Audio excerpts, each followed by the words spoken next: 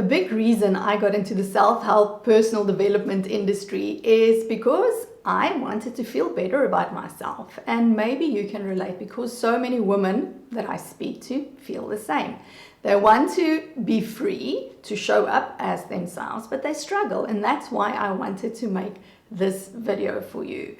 Because when I first started on my personal development journey, I thought that there was something wrong with me. There was something about me that needed to be fixed first, so that I could then be acceptable, and then only would I be free to show up as myself. I can tell you it is not true. You are not broken. There is nothing about you that needs to be fixed. So in today's episode, I want to share with you 3 keys that will help you overcome your self-doubt so that you can feel free to show up as yourself and tap into that confident woman that's already inside of you. So here are the 3 keys that I'm going to share with you today. 1, create a new narrative. 2, realize that you don't need external validation. And 3, get to know yourself and your triggers.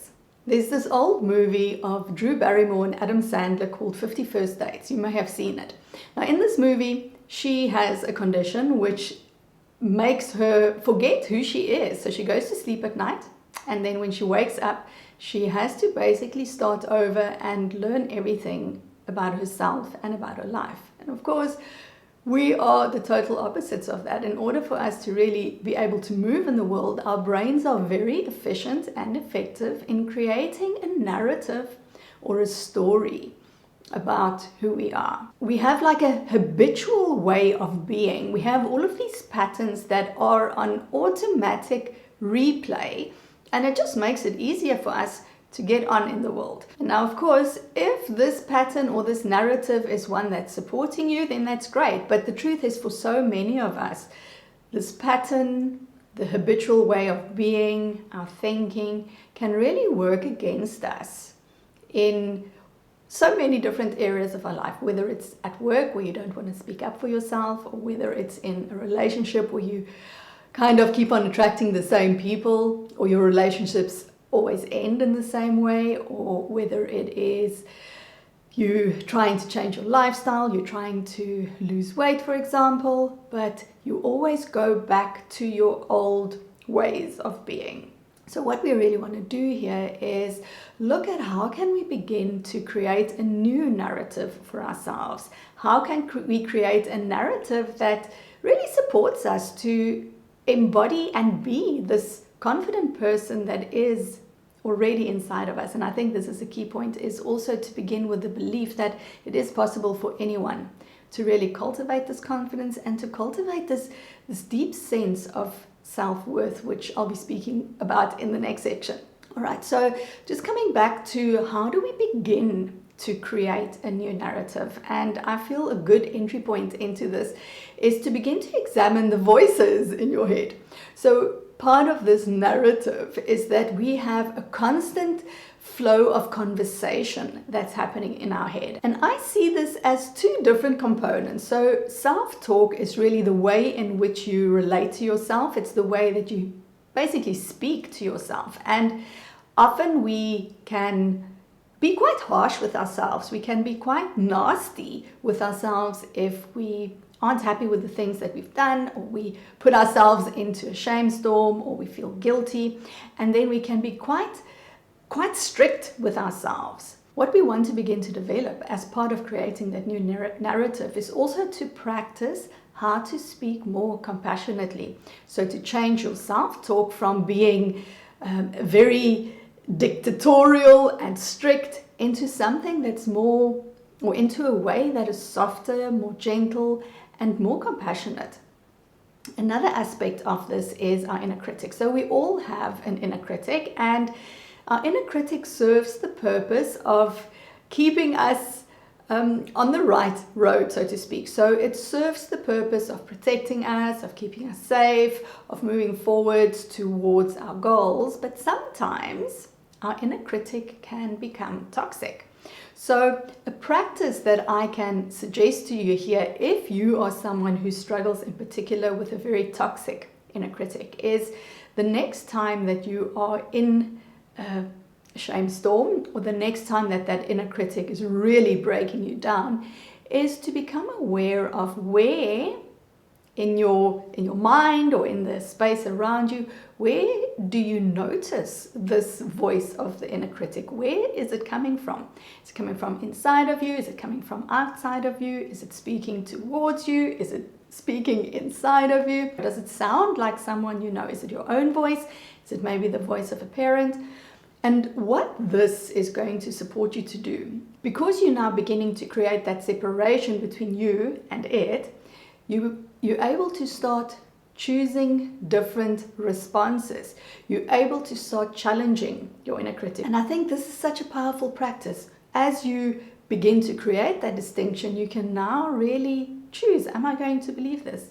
Is this really true? Can I challenge this? Where is the evidence of this in my life that this is always true? And so you can begin to create that new narrative for yourself. The second key is that you don't need external validation. And this is a really challenging thing to work with for many women. Partly, I think, because we've been hardwired to get that validation and that proof that we are part of the tribe and that we fit in. It's been hardwired into us. It's part of a survival strategy, because way back when, if you were thrown out of the tribe, it most likely meant that you would die out on the plains, without any protection and without the tribe around you to help you stay safe. And I think it's important for us to check in with the people around us to see whether we are still on track. It's also a way of how we can measure our own success. But it can be paralyzing, and it is so limiting if we begin to attach our value and our worth on the opinion of other people. If we begin to believe that other people's opinion is the truth about our self-worth. And not only other people's opinion, but also the things that other people do. If we measure ourselves against how our friends are doing, or how other people in our industry are doing, when you measure yourself against that, most likely you are going to come short. And this can really affect our sense of self-worth. So instead of letting others inform you about who you are and about what you are worth, you want to find the deeply rooted sense of worth in your own being. I want to teach you now about a model that I use, and this is a model that's really designed to get you closer to your own truth, to connect you with your own authentic self, and it's going to give you the reassurance that you need from yourself, so that you don't look for that reassurance in the outside world and in your performances and your external successes, but you really begin to reparent yourself, take care of your inner child, really make her feel safe, your inner girl. And let me take you now through this model that I use. So there are 3 elements to this, and this is in no particular order. You can really start on any area, but the one feeds into the other. So the first one is devotion. Devotion is where you commit to beginning to change your narrative, to create a narrative that's more supportive to you. Devotion is that you are going to apply yourself to creating new neural pathways, to breaking those habits and the patterns that don't support you anymore, and to really fight for yourself. Fight for your own worthiness and fight for your own well-being. Self-intimacy is another leg in this pillar. And to me, self-intimacy means that you become honest with yourself. There are many things that we lie to ourselves about in an attempt to protect ourselves. Sometimes our inner critic makes us lie to ourselves.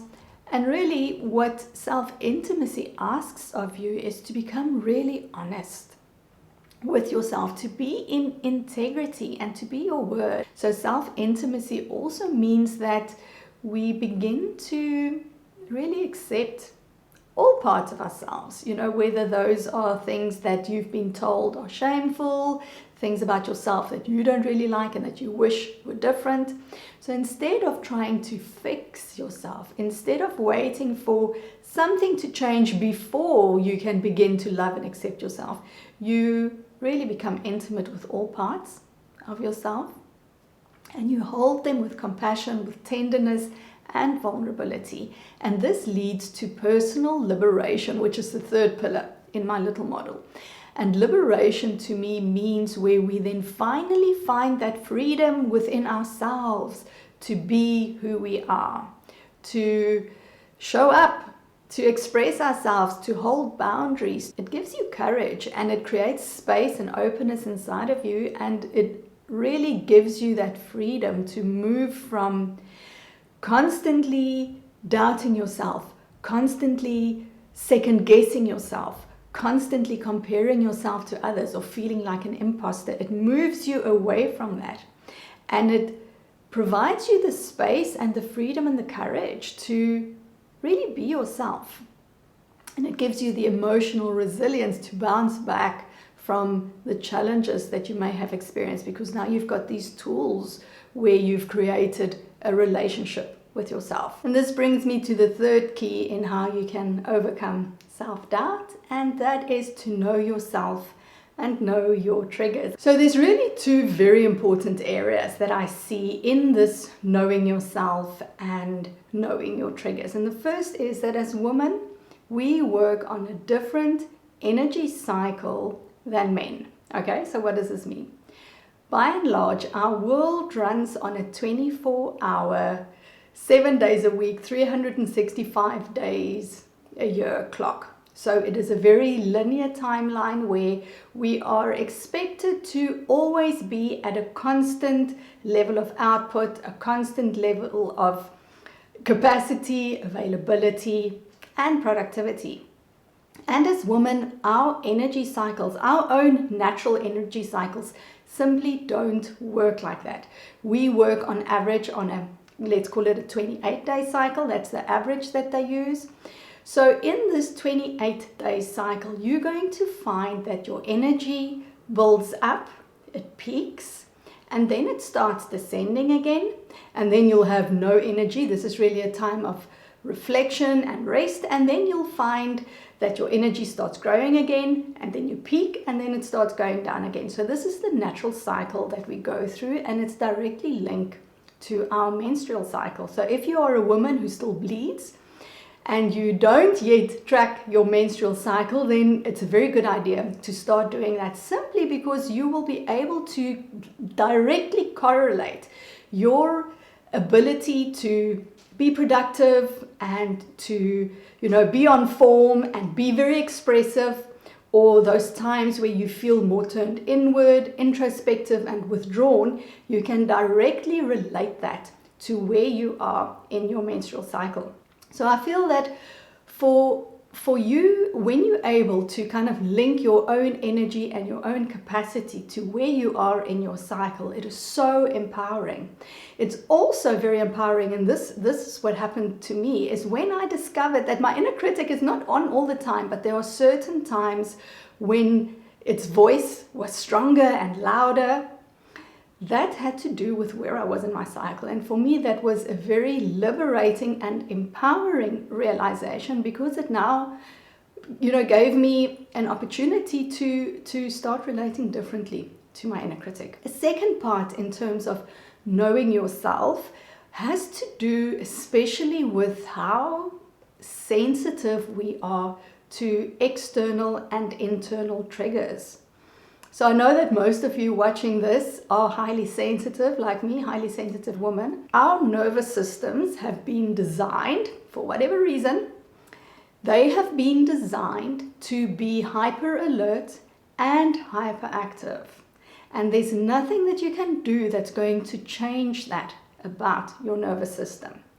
And if you are going to be in super high alert the whole time, you can imagine the pressure and the stress that it's going to put on you, that it's going to put on your mindset, that it's going to put just on your overall attitude, demeanor, and how you move in the world. So you want to find a way to work with the fact that you have a highly reactive, overactive and responsive nervous system. And self-knowledge in terms of what your triggers are so powerful here. If you know, for example, that you don't do well if you don't get enough sleep, or you don't have regular meals, or if you are surrounded by too many lights or noise. If you know that this upsets you and gives you an imbalance, or it makes you feel on the defensive, or it puts you into survival mode, then of course you can begin to set up your life in such a way, start planning and start taking action away where those things are taken into account. So you're not going to make big decisions or have those important conversations if you have been affected by those triggers. I know what happens to me is if I don't get enough sleep, then I struggle to make decisions, I disconnect easily from my body, and I feel sad about everything. So I get really emotional and I cry at the drop of a hat. And when I'm in such a state, I'm not able to be a good parent or a good wife or a good coach or anything like that, because I am not well resourced and well nourished. So I know what my triggers are, and I work with them instead of working against them. And again, this is such an empowering view to have, because instead of your triggers being a liability, it's just an aspect of who you are. And if you can embrace that and accept that, it gives you the space and the freedom to start making different choices, to start feeling differently about yourself, so that you can start showing up differently and really move with more confidence in the world. And I'd love to know how these 3 keys to overcoming self-doubt landed for you. I hope that they were helpful. So please let me know your insights and any takeaways that you may have. I'd love to read about them. And that's all that I have for you this week. Thanks so much, and I'll see you in the next one. Bye!